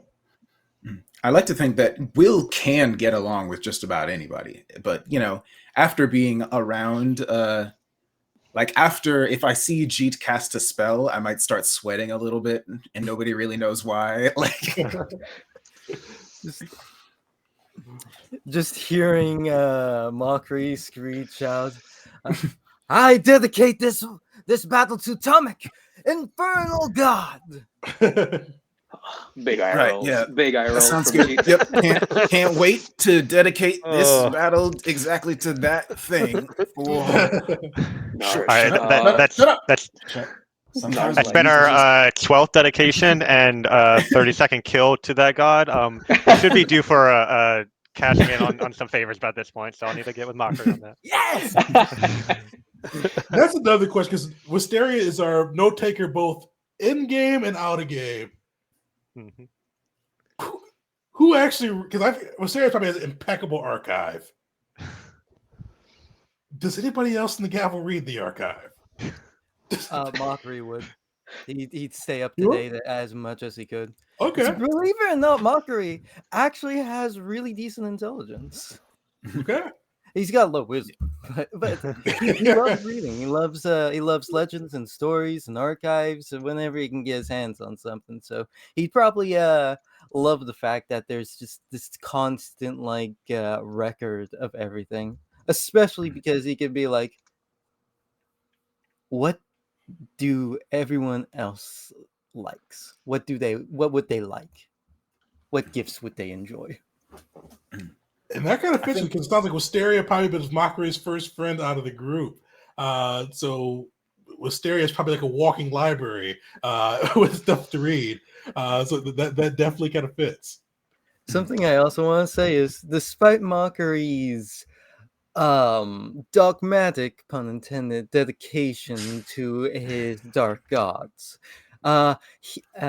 he very much tries to be everybody's friend in this whole party we've built up here, this whole faction. He definitely attempts. Now, whether or not it's successful or appreciated, what he thinks is a good sign of friendship. Love it. Yeah. I think I do have lore scribing like at the start. So I am a bit of a scholar, but sort of hated it the whole time. So something I was thinking that would be cool for my character is, because I have so many skill trainings, if each of you could pick a lore skill related to your character or their background or whatever for Wisteria to be trained in. Because I think that's like her doing her background research and getting to know everyone. So whatever you think would be appropriate, feel free to shoot it to me in a message or whatever. But I would think that would I still haven't 100% decided, because here's the thing I don't think we mentioned before. Everyone gets a free lore. Mhm. Thanks, Tegan. So I don't have 100% decided what mine is going to be. It might just my default, like if I can't think of anything better, it's going to just be lore. Is it Lumox? Lumix? Lumox, yeah. Lumox. Lore. It might just be lore Lumox. I don't know. If I can't think of anything better than that, then I might just stick with that. Everything else I can think of that I want my character to like know a lot about, it would be like pretty handily covered under religion. So And I don't think Wisteria wanted to do like the lore that you're doing, but just kind of sounds like something that would be interesting. Something kind of makes up Will. Is that kind of right, Wisteria? More than like, yeah. I mean, it could be the place you're from, but like, you know, for Will, it could be angels in general, as, Yeah. or whatever. Like, just you know, maybe whatever you think Wisteria would do research in before meeting you, kind of thing. Good question. Yeah. So probably, lore Angelkin is probably a good one. I think I should mention it again. Mockery very much is a follower of each of the infernal gods, and he would make that known often, as well as if given the opportunity, he would prattle on about their legends, stories, and likely the many exaggerations therein. especially Atomic. He believes Tomix one's 100%. For the viewers and for the new party members too, Atomic is probably the luckiest person in Kazia, at least 1,000 years ago. He's the definition of failing upwards. He went from being a demon in charge of a little fort along the Soldiers Pass in Cadinia, where he kind of did partly what he was supposed to do, but then kind of made it. He partly just kind of lived it up, drinking wine, eating some good food from the mortal plane, throwing kind of these lavish celebrations until the Grove came and disrupted him and sent him back down to hell. Came back a few months later in charge of casino. The Grove came and kind of blew up his spot again, sent him back to hell. Didn't even fight him that time. Just Didn't even sent fight him him. straight back to hell. Instant, like he got like one word in, I think. And then after he got banned, because he moved up, he went from a little fort to this lavish casino, banished. A couple months later, he's back. He's Hand of the King for Scenaria. He's doing pretty well there. This is kind of where his luck really takes off. And he goes from being Hand of the King to the group decided that he should be the King of Hell because he's kind of lazy and just likes to. He likes to part. He's I don't know if any of you guys have watched Silicon Valley. He's big head of the group. Greg, if you watch the session, Yeah. but he just kind of kept failing upwards until he became the King of Hell. which kind of initially pissed his dad, one of the infernal gods, off, until he made the party promise to say that Tomic took the power from them and became the king of hell. They'll train Hell Knights to guard Tomic. It's a whole bunch of other conditions, which Tomic has now been the king of hell for 1,000 years. Is he still super lazy? Has he grown into a powerful infernal king? No. We'll find out. Yeah, so it sounds like infernal lore for Mockery. Sweet. So with that, let me see. I think we got through most of the big pieces with relationships. Is there anything else? Yeah. Yeah. I wanted to say that I think, even though Jeet and Wisteria have a good partnership, the member of the group that Jeet is the most at rest with or comfortable with is probably Belric's bear. Oh, Belric's bear. I'm like, Belric, fair enough. Sure. And then also Belric. Maybe the three of them do some of the foraging and hunting since we've broken up from the Arbiters War. Yeah. But he can be in a very comfortable silence with the two of them. Sure. I like that. And I think, I think there's, at first still, I've only known, Belric has only known,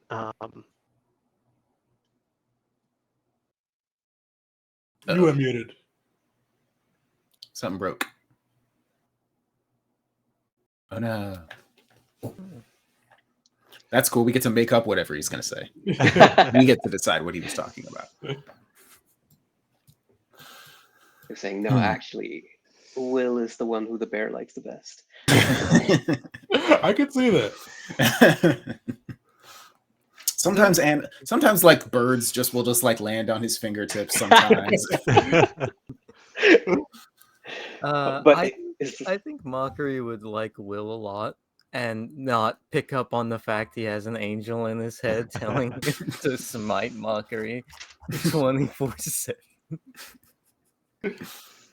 Like someone else blessed by the gods. He's like, yeah, what a bountiful boon you must have.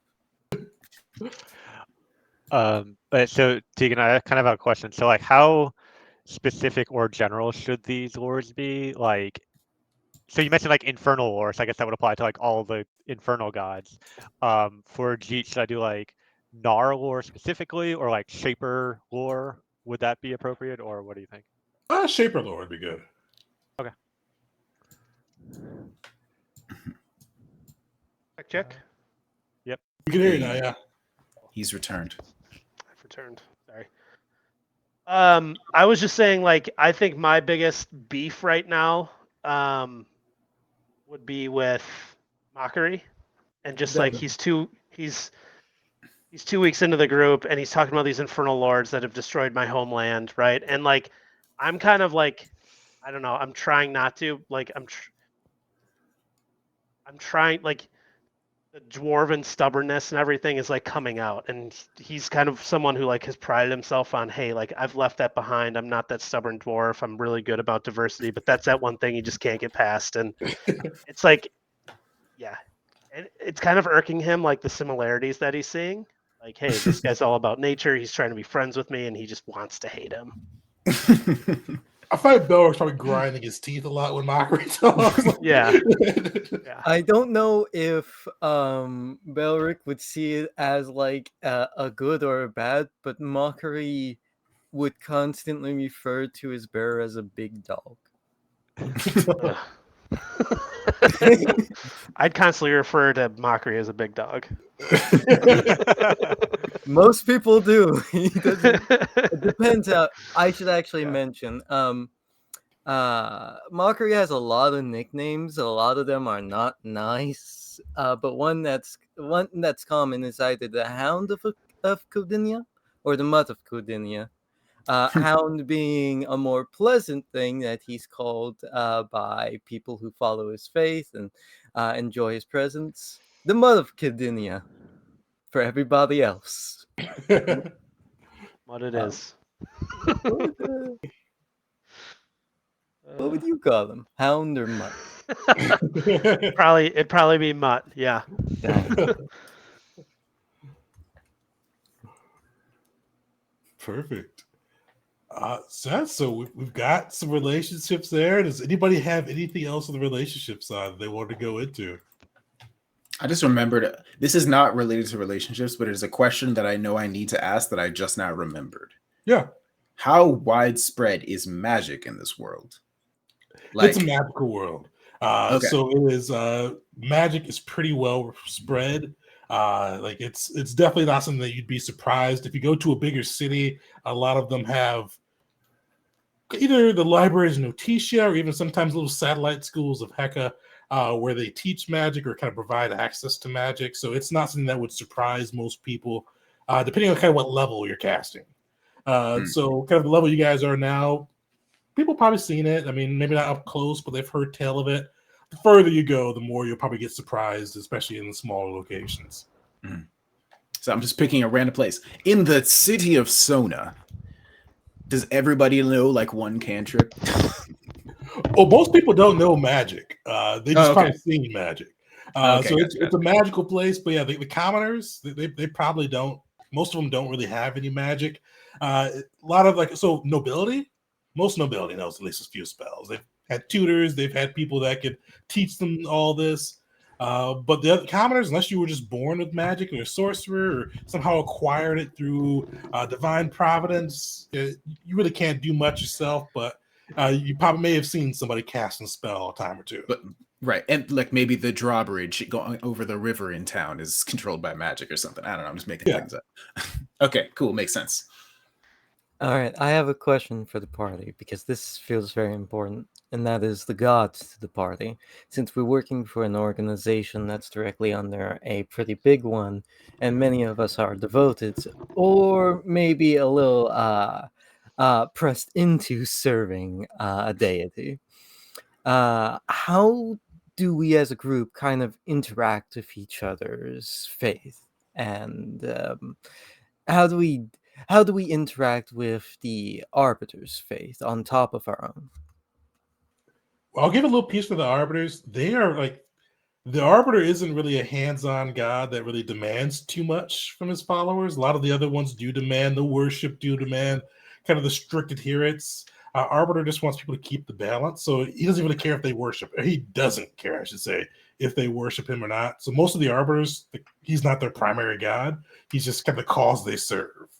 So you guys aren't locked in with the god, luckily, with this one on that side. But yeah, for the gods, people serve. I think everybody has a god. We're kind of still deciding between one or two. So I'll turn that back over to the group.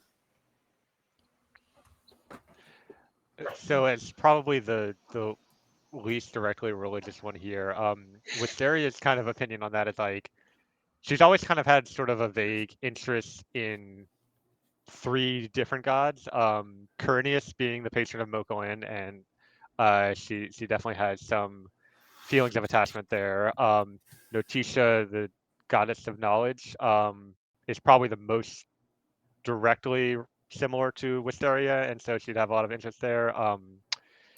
But also, she definitely feels just a little bit of a connection to Tawa, who's not really a god anymore. It's complicated, but like she does have some feelings there. So her kind of whole perspective on religion as a whole in this world is that like having all these different gods help in different ways, like, you know, tangentially through different members of the party is like a fine way to do things. Like each god has their own area of purview that they're very good at, and the more different areas we can take advantage of, the more effective we'll be.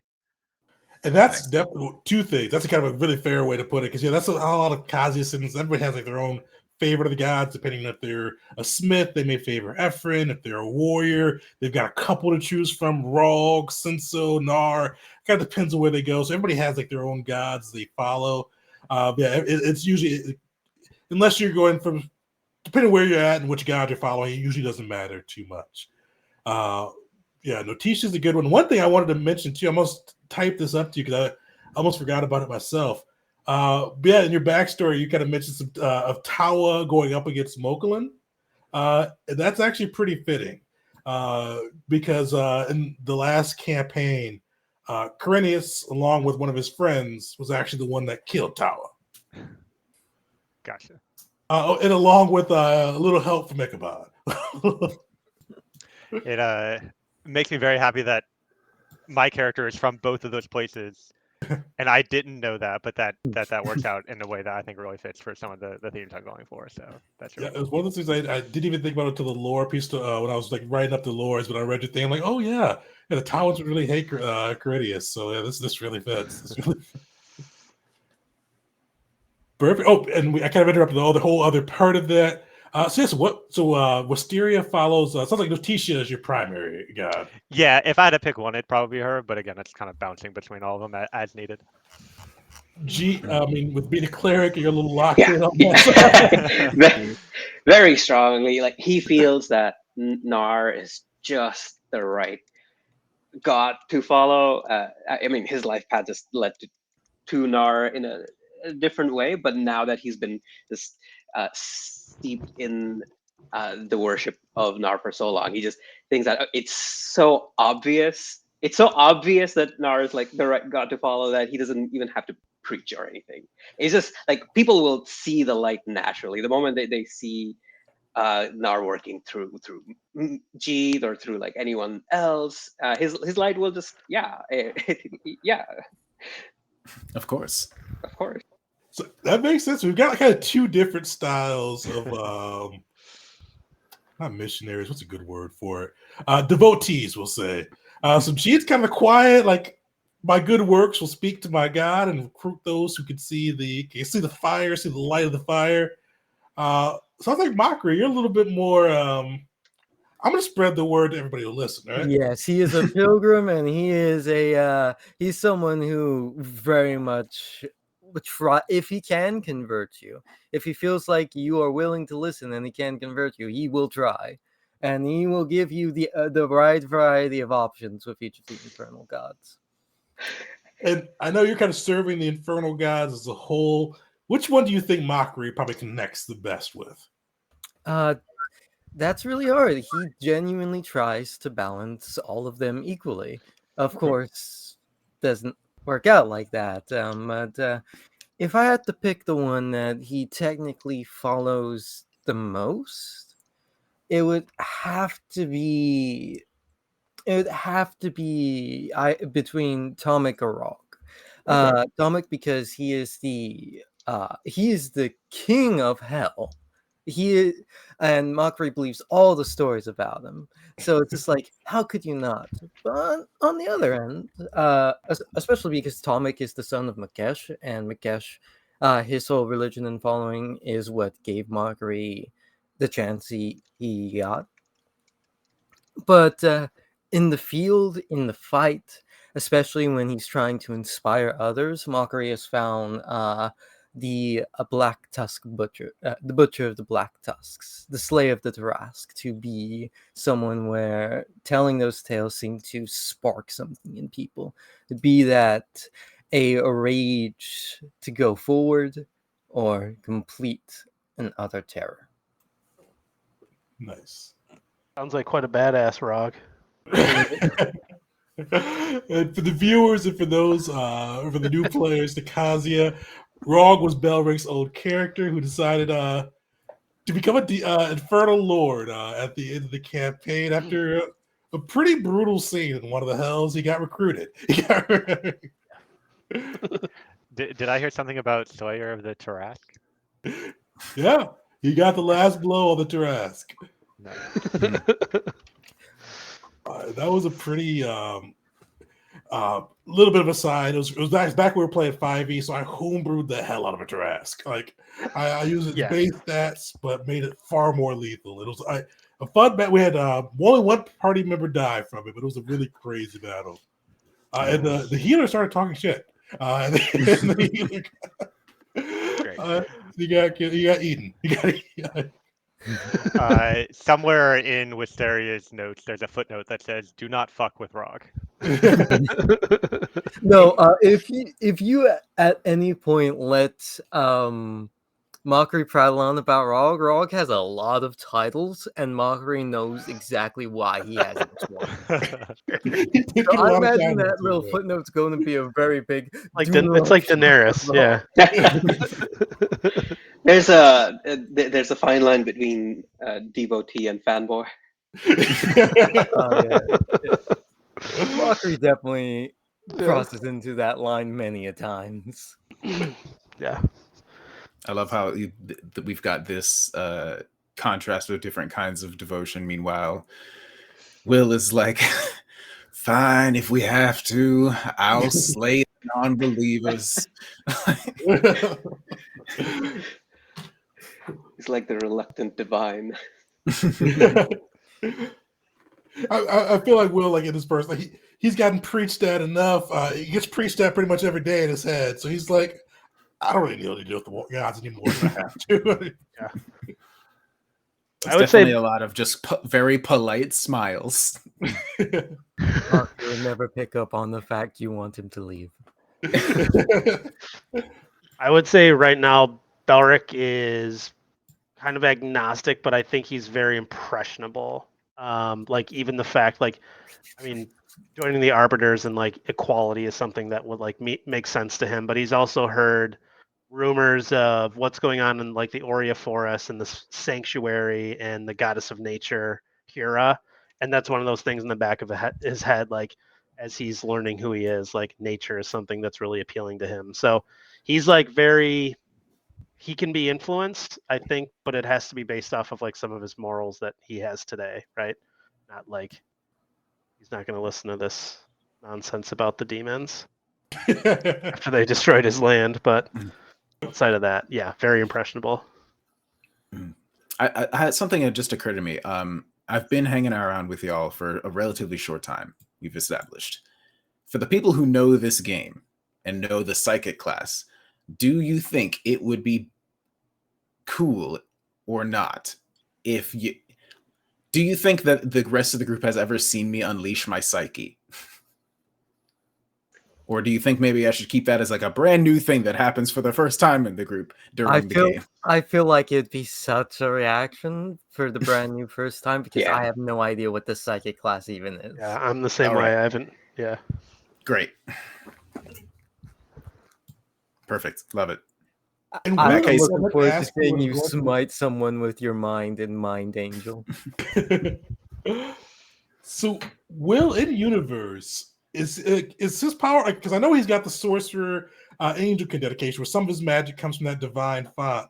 But is psychic magic? Is he like truly a psychic? Is that psychic magic his? I've been sort of just thinking of all of his magic is divine, but I just liked the mechanics of the psychic better than I didn't want to play a sorcerer like as a class. So all of his magic is coming from the angel, but I just liked the abilities that a psychic gets. So that makes perfect sense. I want to just make sure kind of that side, because there are psychics in the world. There's actually a war going on in the astral plane right now that's kind of playing havoc with the psychics too. So I wanted to kind of see if that would impact Will at all. So, but luckily, divine magic will be out of that one. Mm-hmm. Yeah, technically most of my magic is occult, but I'm gonna say it's divine. It's gonna be golden, beautiful, and full of the sound of ringing bells. Anyway. Perfect. Well, I think we got a good crew on this side. We've got the gavel or the gavel of Sarah, depending on how much you want to say there. We've got how they came together. We got some of the interpersonal relations of the crew, and kind of a good set for session one. Before we wrap up for today, is there anything else you guys want to go over, or any relation pieces or faction pieces, or even lore questions you guys want to get out? Belric, did you have a lore in mind that Wisteria might know about? I mean, I could do like bear lore or something like that, but it's kind of up to you. Bear lore. Yeah, let me think about it and I'll get back to you. Like 4,000 years ago, the great bear king, Scarviopteryx. We can do better than that. The divine sanctuaries from Europe could be a good one too, because those are popping up around the world. So Belric may be a little bit interested in that. Yeah, no, I think that might be a good one actually. Yeah, the divine sanctuaries, the exalted sanctuaries that are popping up. Yeah, Yeah. Sweet. Yeah. So with that, session 1 should be pretty hot after this one. I think I'm trying to have these come out on Fridays if I stick to that. So keep an eye out, viewers. We'll have that out Fridays and typically weekly, with the last one of the month not being a game. If you are looking for something to watch on the last Friday of the month, or if you want to come a little bit earlier, it'll always the last Thursday/Friday will always be either the live viewing of our game of the month, which for this month, I think I have it, is 13th Age, which I need to get a game day on the books.